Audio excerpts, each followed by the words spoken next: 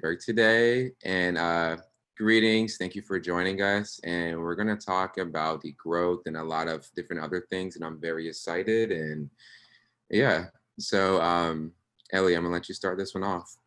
Okay. So, Anne, it's great to see you again.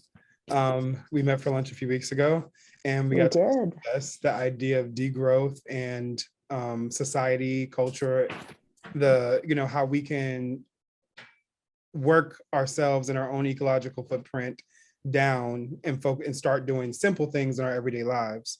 So, just on your own, can you just explain the term degrowth? Let's start there. Start with explaining it, and so anybody and everyone can grasp it. Yes, I will do that. But before I do that, what I want to say is this. You can get PhDs in degrowth. I don't have a PhD in degrowth.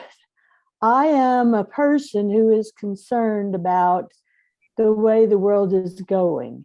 And I have come upon this body of thinking, and I have educated myself to the extent that I have done so. But and of course, I think that's what most of the situation most of us are in. We're not experts, but I feel like there are things we need to know. But like I say, I'm not an expert. This is all the things that I have learned through my own individual reading and study. Okay. And because I'm not an expert, I'm going to read a definition from a guy who is an expert. His name is Timothy Parikh. He actually does have a PhD in degrowth. He's a French scholar. And I heard him recently on a different podcast, one called Planet Critical. And I recommend that podcast highly. Anyhow, this is his definition. Degrowth is the planned and democratic reduction of production and consumption in rich countries to decrease environmental pressures and inequality while improving well-being. So we're talking about reduction of production and consumption. So on the production side, everything that is sold in the catalogs you get in the mail, most of which is useless. SUVs that use a whole lot more energy than public transportation would. There's all kinds of things being produced right now that not only we don't need, but are contributing to resource depletion and climate emissions. So on the production side, we're talking about having fewer things out there to buy. And on the consumption side, we're talking about consuming fewer things. But there's more to it than that, but let's start there. We'll start there. So how do we get people, you think, in a way to not go into a frenzy because less is more? How do you make less is more in society? Is that even possible with people going crazy buying a bunch of toilet paper just because, we hear we have a storm coming out or a hurricane? The store sells out of bread and was it bread and peanut butter the first thing they sell out of? Yeah, and make people have enough. Some people oddly get eggs, and I'm like, what are you gonna do with the eggs? Like, what are you going to do with a lot of eggs? Especially if you don't have you lose your lights, So it's just, I feel like, for me, I just feel like a lot of people are in a rush to just buy things, consume a lot of things, and it's kind of like, I don't think a lot of us as beings really think do we really need this? Because sometimes I feel like we as people buy too much of things in general, everything. Yeah. So okay. In the first place, I personally don't consider toilet paper, a luxury. Nor do I consider eggs a luxury. I think one thing that the pandemic has taught us is how stupid the world is currently organized. The world is organized so that we have global supply chains. You know, did you know that most of the solar panels in the world come from China? We don't, people go around talking about we need alternative energy, we need solar panels. Well, okay, we got to ship them over here from China for most of them. And a lot of our food comes from other places. You know, you go into the grocery store in February, and what are you going to find? You're going to find raspberries from Chile. Well, you don't need raspberries from Chile. Nobody does. You know, just wait till July and get them in the store, or better yet, grow them yourself or find somebody who's growing them locally. So one thing that degrowth is going to make plain to us is that we have to have different ways of supplying what we need. And those ways are going to have to be more localized. More people are going to have to get involved in organizing and producing and distributing what we really need, rather than, you know, shipping all these containers full of whatever from the rest of from across the ocean. And of course, well, I don't want to jump into this right away, but I will.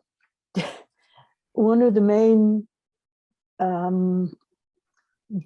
impetuses for bringing up degrowth and promoting degrowth is, of course, the fact that we have a climate crisis on our hands.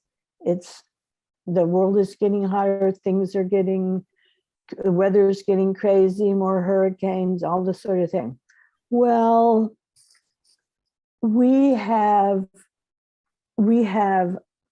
created a structure where we are dependent upon this global trade. We have shipped all of our factories to far off places where the labor was cheaper and where we could buy the resources for cheaper. So that's great for us in the short run, but it's not great for us in the long run. It's not great for the planet in the long run.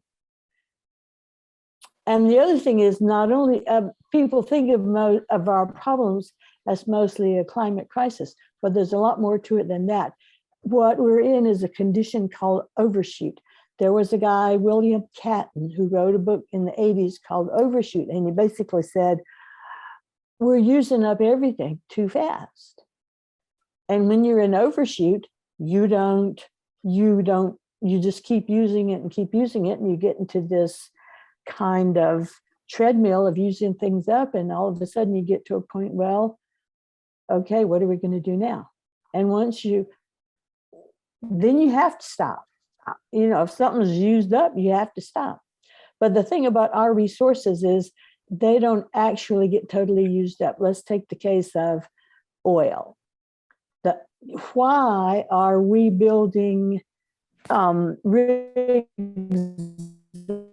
out in the Gulf of Mexico and other places? Why do we want offshore drilling to get oil? Well, how come we're not just drilling oil in Texas out there in the fields? The reason is we dug that all up a long time ago. The reason we're doing tar sands, and the reason we are doing fracking, and the reason we're doing oil rigs in the Gulf of Mexico and other places is that's what's left. That's what's left. And the thing about it is, those places are harder to get to, and it takes more money to bring that oil up. So there's less profit. And at some point, an equilibrium happens where it costs just as much to take it out as it would be to leave it in the ground. You don't make any money by taking it out because it costs so much to take it out. So at that point, if we haven't been smart enough to stop using it before then, at that point, it'll be economically unviable. And so we will stop using it. We'll stop digging it up. But I just don't know if we're smart enough to stop before that point. I think it's kind of like when we had the whole pandemic, being in the quarantine in a house, I feel like some people learned lessons, some people did not, you know? So it's one of those situations to where we have to actually go through it and deal with like disaster. Sometimes I feel like for us to like somewhat learn, you know, and that's the part that sucks and that's sad, because it's like now, like, why can we not like learn these things now? But I feel like we just need more education on these things. So it's more aware, you know, so everyone's more aware, you know? You're right. We absolutely and totally need more education. Yes. But in addition to that, I mean, I have friends and we think about this and we, you know, send each other emails and all that sort of stuff. And most of those people are convinced that there is going to be like a total economic collapse, that there's just nothing going to bring us to our senses unless we have a collapse. And, you know, that we don't have to do it. We don't have to have a collapse. Right. We don't. But not having collapse is tricky. It's tricky. Okay, let's just say, okay, let me start with the word degrowth. Degrowth, anytime you listen to this podcast about degrowth, a lot of people are complaining, we don't like that word, it's so negative. It's so negative. But the thing is, it gets your attention. And lets you know that this is a serious thing. Degrowth means stopping the obsession with gross domestic product, with the increase of gross domestic product. So it's a question of not looking for increased production to solve our economic problems. There's a guy named Jason Hickel who has written a lot about degrowth, and I've read his book called Less is More. Ellie and I talked about it. Yeah. Less is more. And what he says is that 50% of the increase in gross domestic product goes to the top 5% of people. So that means that everybody out there working in a factory, everybody out there, you know, working at Kmart or Walmart, not Kmart, sorry, that's gone. But everybody out there doing their job and making money for the economy, they're basically giving half of their labor to the top 5%. Does that sound fair? It doesn't even sound normal. Like, it sounds like, why would you want to do that if you were the 5%? Why would you want to do that? That's right. Mm-hmm. Now, the problem with, I'm sorry, go ahead. No, go ahead. You're good. You're on a roll. I'm here. Well, I was just going to say, conceptually, you ask yourself, okay, I got this. I got the point that degrowth is tricky. It sounds like it would be hard to accomplish without hurting the people that you want to help. Because, okay, if we're going to stop production, all those people who work in production, what are they going to do for their income? I mean, you can't. Go ahead. No, I was just saying you can't expect people from the production side of things in the world to like all of a sudden be able to work online, because it doesn't work that way. Their brain doesn't work that way. If you've been working in production for 20, 30 years, it's not impossible, but it's a whole new world. So, well, yes, you're right. You're right. And of course, a lot of online work is to do with production. So a lot of that would go away too. A lot of it would go away, yeah. Financial advisors and property managers and things like that. There's certain professions that really just oughtn't to exist. Anyway, so we've got two different ways to look at this. We have top down and bottom up. Now, Ellie, I think I told you about this Facebook group called Degrowth Join the Revolution. Yeah, I'm in it.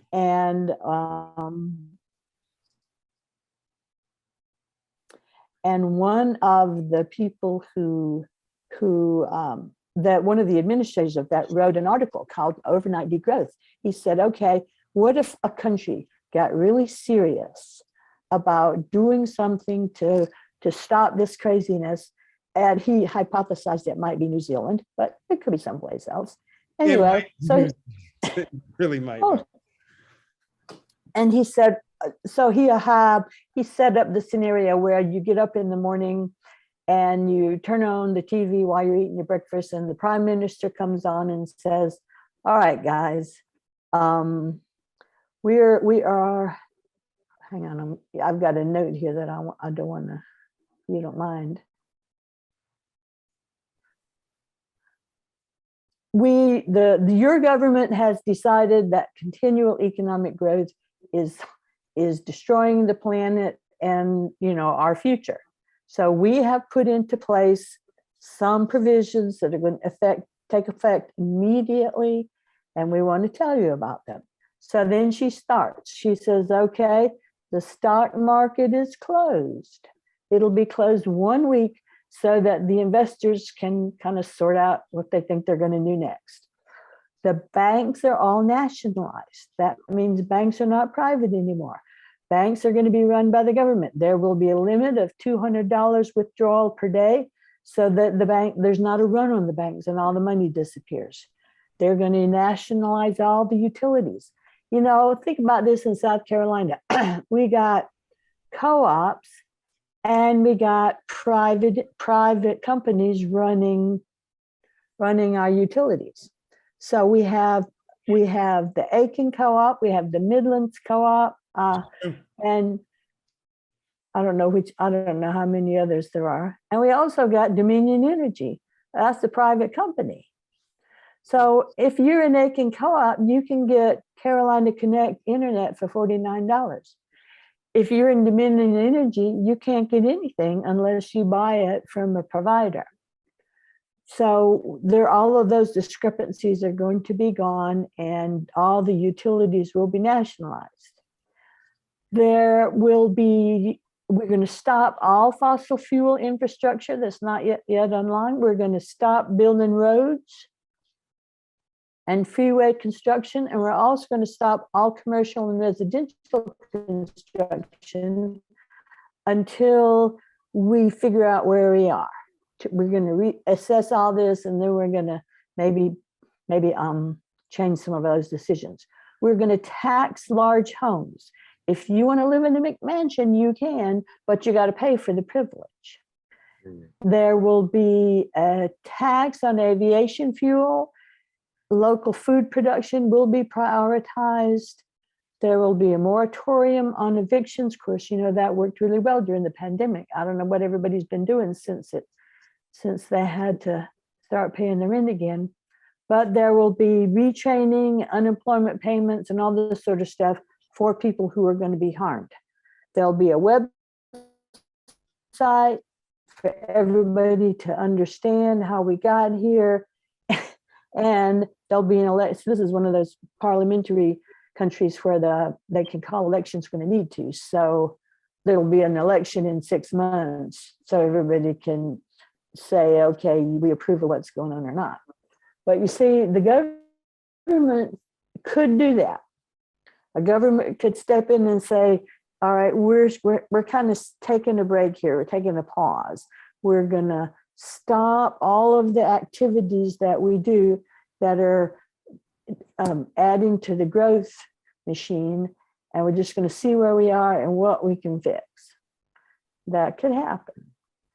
But in many places like the US of A right now, that's unlikely to happen. So what can people do? We need to educate ourselves for sure. Yes. And there's another thing that I wanted to point out.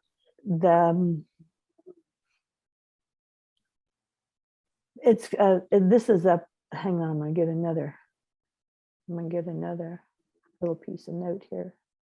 Okay. This is the Catalan Integral Cooperative. Catalonia is a region in Spain that's kind of always been out on its own. It's more free thinking, more democratic in a localized way than a lot of other places are. And they have this thing called the Catalan Integrative Cooperative. You've heard of, you know what a co-op is, right? A co-op is where the workers own the business and they make the decisions and get, they get the money and they bear the costs and all this sort of thing. And co-ops would be a good idea. Co-ops are a good idea for workers. But the Integral Cooperative in Catalonia goes even further than that. They have set up kind of like a hub of business. There's 400 different functions that this hub serves. They do food production, they do tax advice, they do small business development. See, I don't want to give the impression that degrowth requires that there be no business, no markets. What the problem is, can I say this? The problem is capitalism. Capitalism is a problem. It's not markets, it's not buying and selling, all that sort of thing. Markets existed long before there was capitalism. But the problem with capitalism is that it requires growth.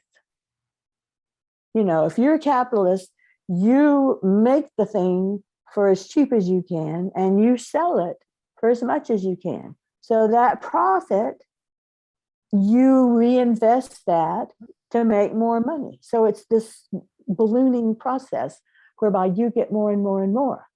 And the way you get more and more and more is to have your business grow. And of course, if you decide, oh, well, I don't want to do that anymore, I'm just going to sell my stuff for a good price and I'm not going to worry about it,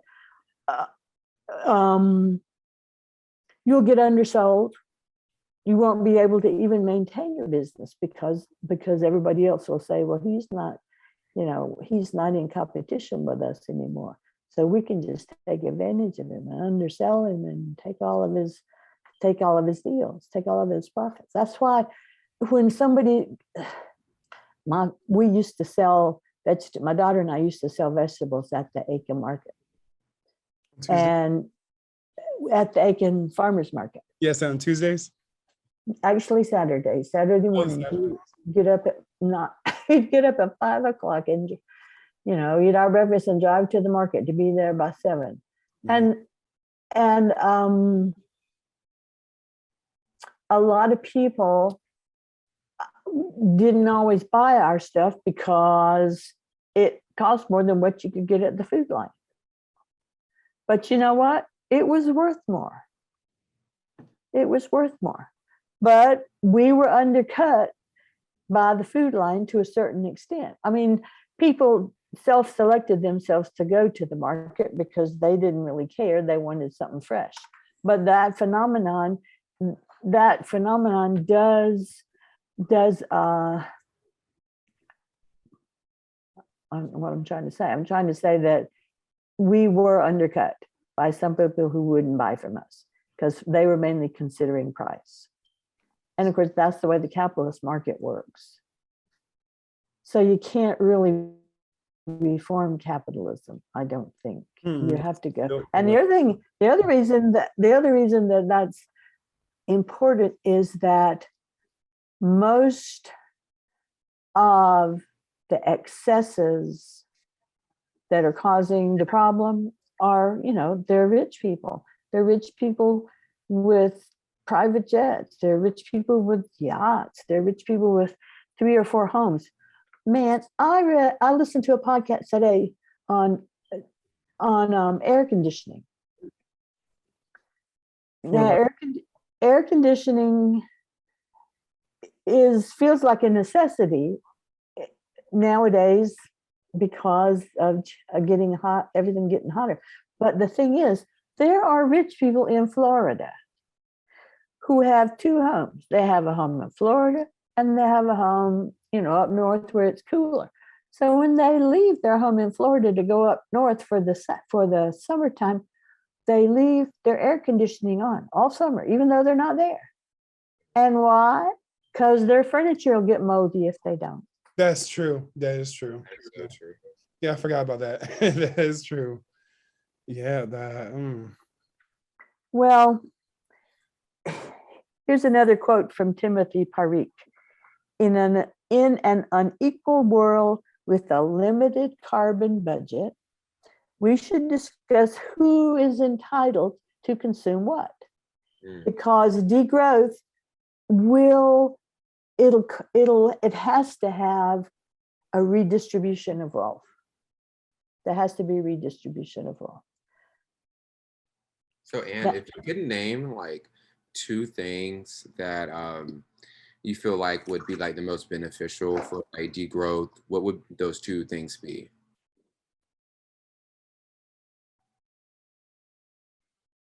You mean for individuals?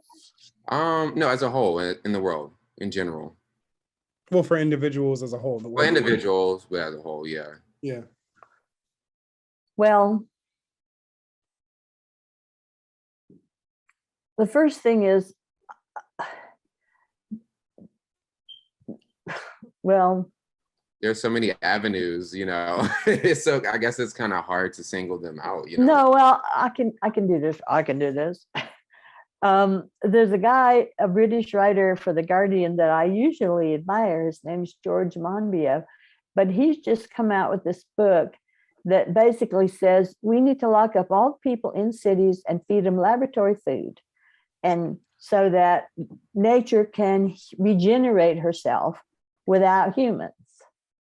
And that although I don't think George is a total eco-modernist, that is one of the tenets of something called eco-modernism, which is, we can fix all this with technology.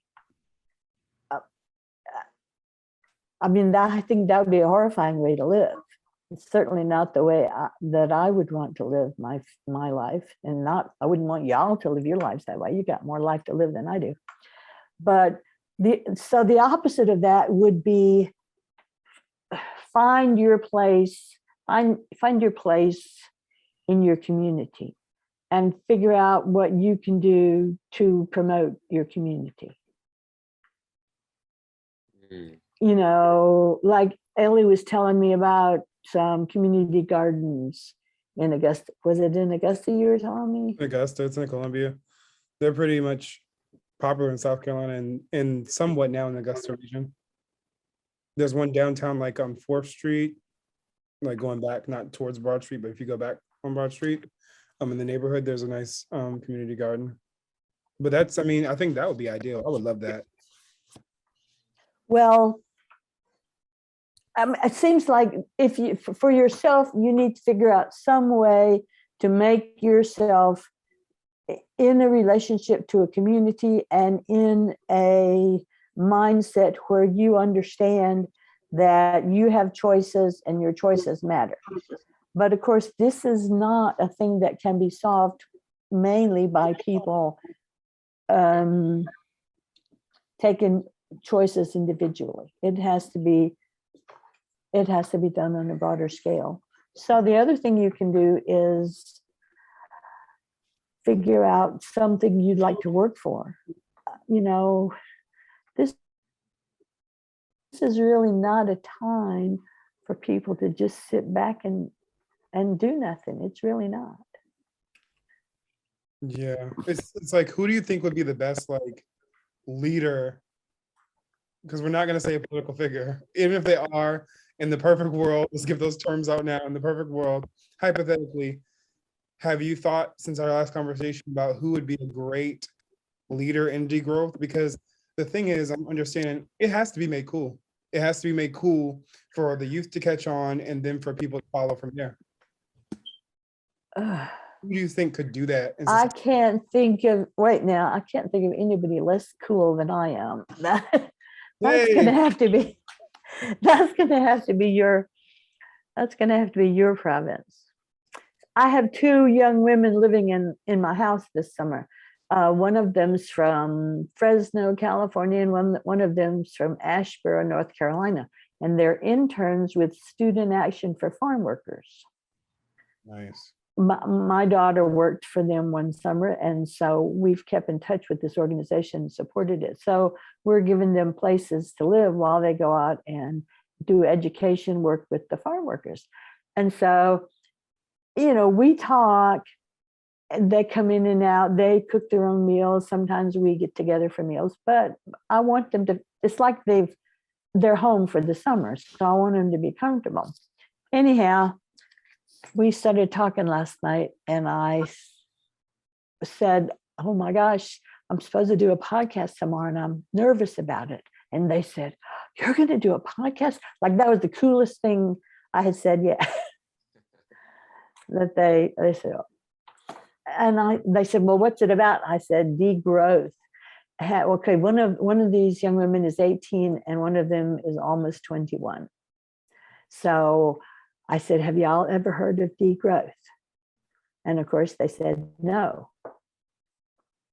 And so I tried to explain about the concept and how about 50% of every bit of growth that a worker contributes to goes to the top 5%. Well, of course they didn't like that a bit, but they weren't surprised.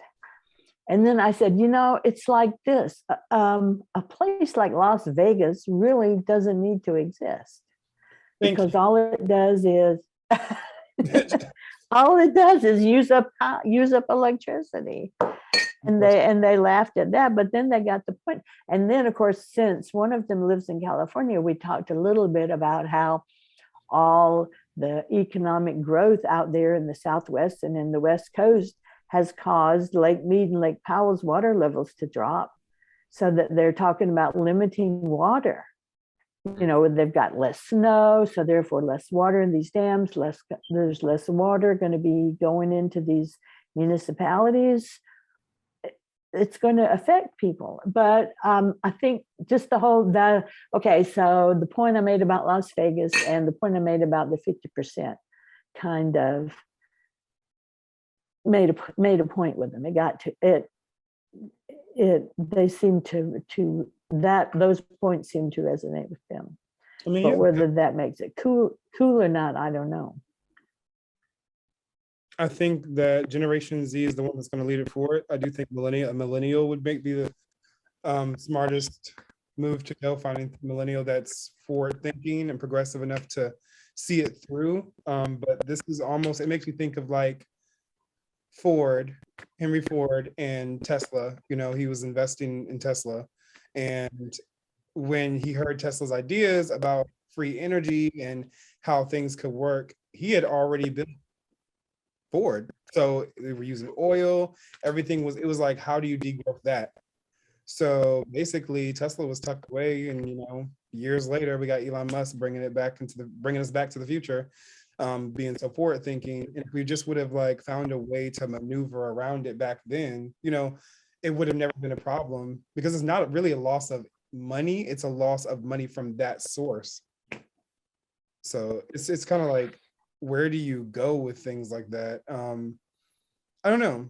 Is there a message you would like to give the youth? Well, now I don't want to leave you with the impression that electric vehicles are the answer. Okay. They really aren't. Still more energy used. That's true. It takes energy to dig up the stuff that you make them with, That's the problem. Yes, sir. Oh, sorry about that. So if you could say if you have one message that you could give to the youth in terms of our conversation about degrowth, what would you say? Well, I would. The future is not going to look like the past. Mm-hmm. That is actually a good thing.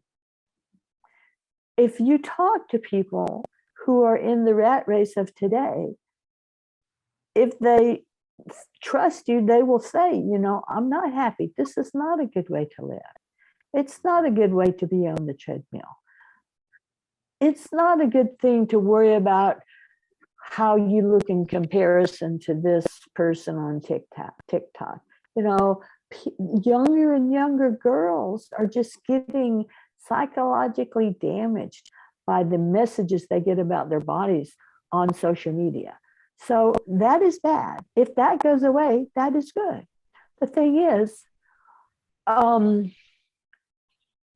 okay, we need to supply people's needs. That's true. But we have to take into account that some wants are good too. There's I think I told you about him, Ellie. There's an English economist called David Fleming, and I've read his book several times. It's called Surviving the Future. And one of the things he says is, look, let's look at needs and wants. Some of the needs that we have are needs that the infrastructure that we're stuck in makes us have. We don't have public transportation, so therefore we need a car. But maybe we don't want a car, but we have to have it to get to the job. So that need is a need that's imposed upon us by the capitalist society. Whereas what if our wants might be, playing more music, or growing a flower garden, or visiting your grandmother more often? Those wants are important wants. So I don't want to set this up as a needs and wants dichotomy, because some wants are things that we really could probably do without if we restructured society, and some wants are things we need to live into. Awesome. Thank you, Anne. We just want to say thank you for taking the time with us today at the Line Podcast and joining us. And we really enjoyed this conversation. I feel like a lot of people hearing this today, especially the youth, will definitely learn from this. And I feel like it's a helpful conversation that needs to be continued.